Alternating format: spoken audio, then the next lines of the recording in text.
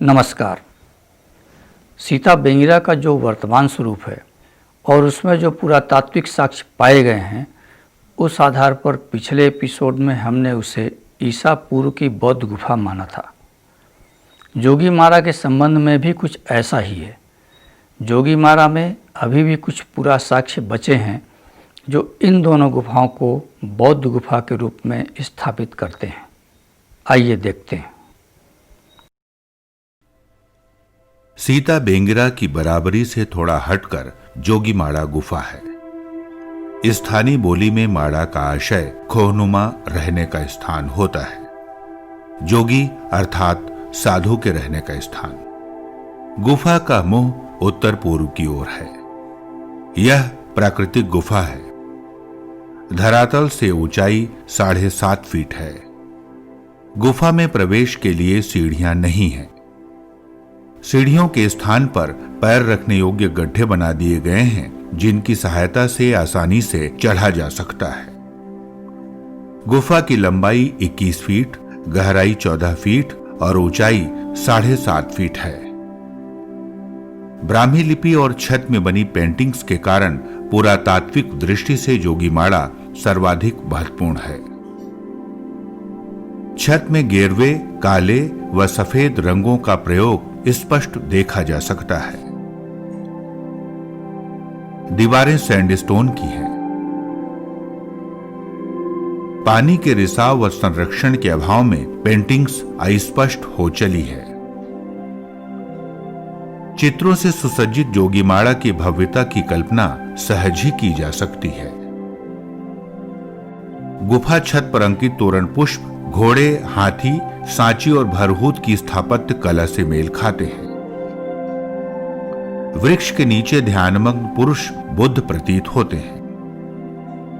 पंक्तिबद्ध कन्याएं और परिधान युक्त पुरुष तत्कालीन सामाजिक जीवन को रेखांकित करते हैं। बहुत ही बारीकी से देखें तो मछली व मकर की आकृति भी दिखाई देती है। उत्तरी दीवार के निचले हिस्से में ब्राह्मी लिपि में एक शिलालेख उत्कीर्ण है। विद्वानों ने इसे ईसा पूर्व 3री से 2री सदी का बताया है। लेख इस प्रकार पढ़ा गया है। शुतनुक नाम देवदार्शिक्य, शुतनुक नम देवदार्शिक्य, तम कमियथ वलन शये देवदीने नम लुप दखे। शिलालेख का रूपांतरण ब्राह्मी में करने पर वही अक्षर प्राप्त हुए हैं जो गुफा में खुदे हुए हैं। निसंदेह लिपि का वाचन सही है। इंस्क्रिप्शन की मूल समझ को लेकर काफी भ्रम की स्थिति है। Doctor blush archaeological survey of India 1903-1904 के पृष्ठ 128 में लिखते हैं, शुतनुका नाम की देवदासी के प्रति देवदीन रूपदक्ष प्रेमासक्त हुआ। इसी प्रकार ल्यूडस, जायसवाल, फ्लीट, बोयर आदि विद्वानों की भी अपनी अपनी व्याख्या है। कालांतर में भिक्षु भिक्षुणियों के आमोद प्रमोद में निरत रहने का जिक्र मिलता है।